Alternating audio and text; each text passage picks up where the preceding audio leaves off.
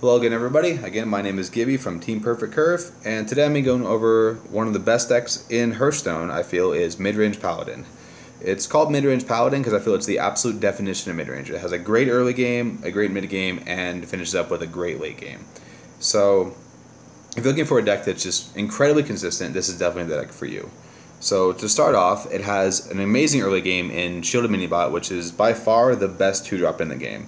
Just dropping this on 2 or coining it out will put aggro decks just back 2 turns. So the key to that is if you put an aggro deck back a couple turns, the quality of their cards, obviously because they're aggro, is going to be lower.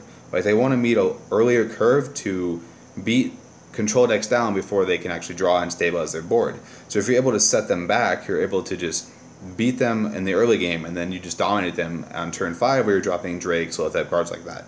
So even against the control decks, you're able to take the early game with Minibot, Juggler puts on a lot of pressure, and Muster for Battle. One of the cooler things about Muster for Battle is if you muster and you have the coin, your opponent's really pressured to get rid of your tokens before you coin out Quartermaster, which most decks just can't deal with that kind of aggression.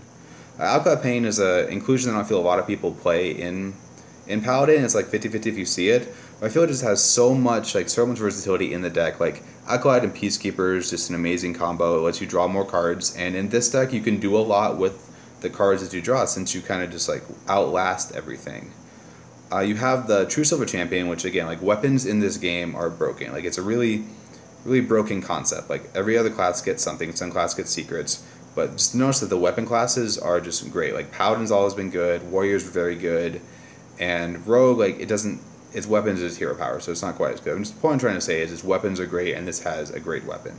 Another inclusion that people have been starting to put in lately is Blessing the Kings, and it's another reason that I decided to include Alcalá Pain in the deck list. Like, Alcalá plus Blessing is just ridiculous. Like, it's just such a big monster that it has to be dealt with, and it has to be dealt with in a certain way. And if they can't deal with it, they're just going to lose. Also, like, when you think of Alcalá plus Blessing and Kings, the main thing you think of them to deal with it is Owl. But this is also one of those decks, when anyone plays against Paladin, you really want to save your Owl for the later game cards. So it's like a really paradox. Do you waste the Owl right now and deal with the threat, or do you save the Owl later and lose to this threat now? So it's a really good combination. It lets you play around all this stuff. Obviously, Equality Consecration is just the best board clear in Hearthstone. Like, it lets you play very conservatively, hold your cards, blow up whole boards, and take insane comebacks, and it's why this is a really good grind deck as well. On 4 you have Shredder. Shredder's just, a standardly good card. Now 4 is about where I say the early game ends and the quality cards start increasing, and I think that's because of Sludge Belcher. Sludge Belcher is the anti-aggro card, and it's been defined as the 5-drop for a long time. So as far as 5-drops go, you have Azure Drake, Lotheb, Quartermaster, and 2 Belcher. Like, Quartermaster is obviously a combo card, so you can't really consider it just as a 5-drop. But, obviously it's just too powerful to cut in the deck. So we also include Harrison Jones with, as I said before, that weapon classes are so strong. I feel that Harrison right now is pretty much staple in every deck that can fit it in. Azure Drake's a little off the wall of what the earlier Paladin decks are running, but it's really there as a solid 5-drop, and it makes your Consecration able to clear patron boards. So we also included in our deck is Sylvanas. It's just really good against control.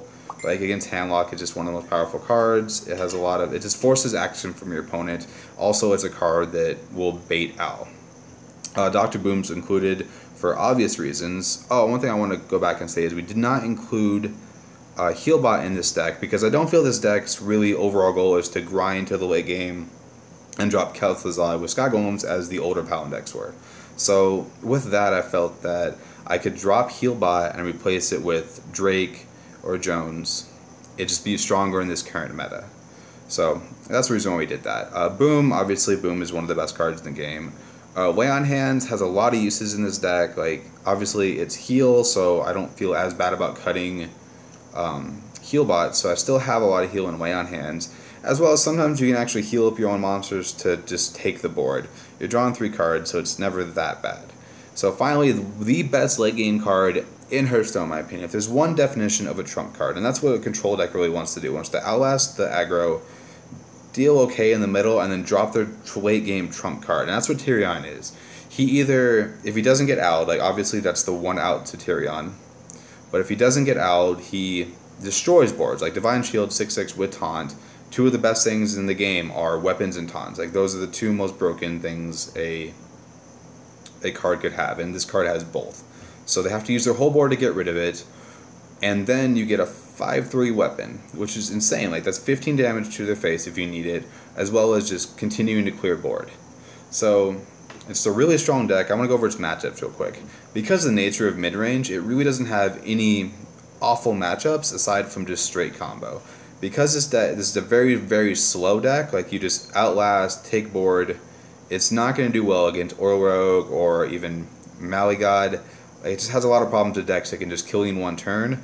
But the nice thing about that is its early game is just so strong that you can just out aggro them early on. Like, you just throw down Knife Juggler, Muster Battle, Mini Bot, boom, boom, boom, and you can get them low enough they really have to start using their combo pieces just to survive, and that's when you win. So I don't feel the deck has really any horrible matchups, especially none that are really seen too much in tournament. And that's why I choose to pretty much always include this in any of my conquest decks. Like, I ran this deck for the Fireside Championship qualifier, and it just performed amazingly. My teammate also ran it. So if you're looking for a deck that's just good all around, I would say midrange Paladin is definitely the deck for you. So until next time, remember, perfect is not impossible.